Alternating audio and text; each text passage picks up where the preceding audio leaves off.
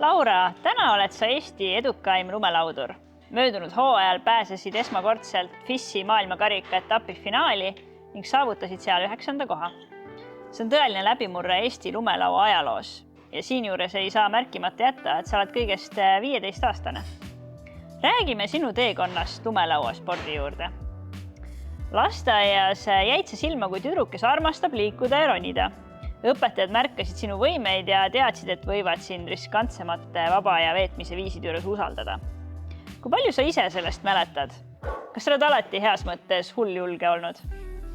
Jah, ma olen nagu suht alati lihtsalt roninud hästi palju, et ma väikse käisin täitsa ronimas ja mul on maja ees park, et siis ma nagu iga hetk, kui ma sain, siis ma nagu alati ronisin seal ja tegin mingeid asju,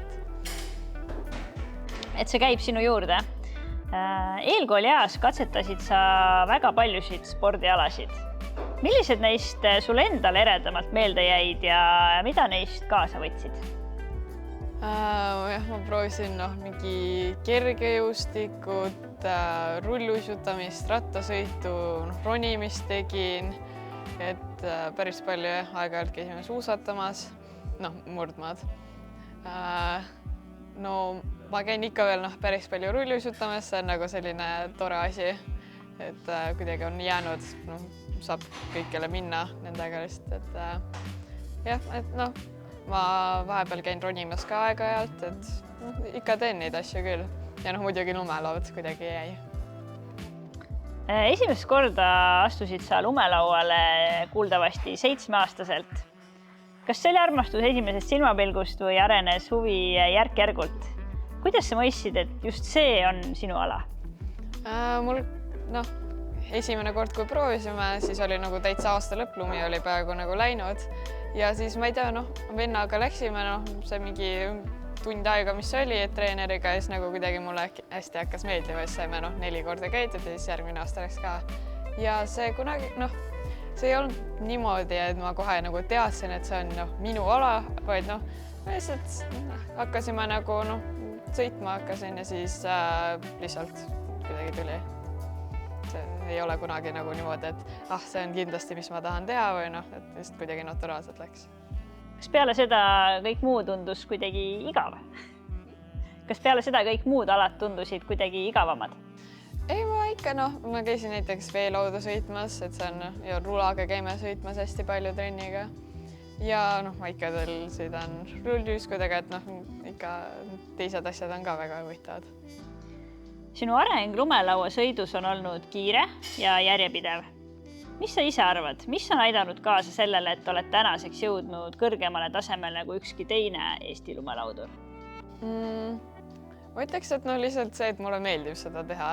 Et mul kunagi ei ole seda, et ma ei taha väga sõitma minna, et alati meeldib minna ja kui juba sõidab, siis mulle meeldib trikke teha.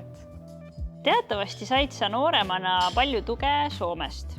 Käisid seal tihti treenimas ja võistlemas ja kuuldavasti reisisid juba 12-aastaselt üksi sealsetele võistlustele. Mida sa selle käigus õppisid?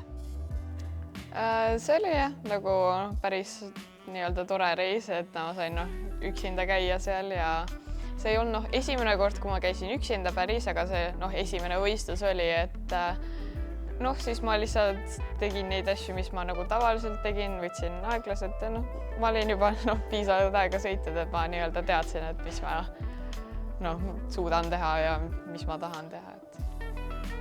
Väga põnev. Kuidas need Soome kontaktid tekkisid? Esimene kord, kui ma Soomes lumelauda käisin ma Rugal ja siis seal keegi väga ei osanud inglise keelt. Peale mingi mõned need treenerid ja siis ühe tüdrukuga ma hakkasin Google Translate'iga rääkima ja siis kuidagi hakkasin kogu aeg seal käima ja siis need suhted tekkisid, et hästi paljud parimad sõbrad on Soomest. Milline näeb välja sinu igapäevaelu nüüd tippsportlasena? Kui palju sa iga nädalal trenni teed, kui tihe on hooajakalender ja kuidas seda kõike koolieluga ühildad? Praegu ma käin 3 korda nädalas jõusaalis, siis meil on veel rulatrenn 1 kord nädalas, aga talvel, noh, nüüd mul natuke muutub see kava, aga noh, käin ikka jõusaalis, teeme akrobaatikat, ilmselt rulatrenn on ka nii kaua, kui lubab ja noh, siis noh, lumelauda talvel, kui on lumi, et. Ja noh, hooajaga mul hakkavad võistlused mingi novembri, detsembri, see enam-vähem. Aga noh, treenib edasi niimoodi nagu on. Kui hästi kool selle vastu on võtnud, et sa nii palju laagrites ja võistlustel oled? No nüüd ma lähen gümnaasiumisse, et nüüd mul jällegi muutub see, aga noh, eelmine kool oli niimoodi, et noh, kirjutan klassijuhatajale, et ma olen need ajad ära, siis noh, suhtlen õpetajatega nii palju kui vaja ja siis kui tagasi tulen, teen need asjad niimoodi ära, nagu ma jõudsin. Et see kool oli nagu väga vastatulev. Sa oled ka mitmekordne Eesti juunioride meister veelauas. Kas veelauasõit on lumelauasõidule sarnane ning mil moel need oskused sind täna lumelauas toetavad? No sarnane on noh, kindlasti, et noh, sõidad lauaga, aga need on ikka noh, päris erinevad ka selles mõttes, et kui sa lumelauas lähed trikki tegema, siis sa pead ise nagu noh, rohkem kehaga pöörama. Aga kui sa lähed veelauas, siis sul on see pulk, millest sa hoiad, lihtsalt tõmbad sellest ennast.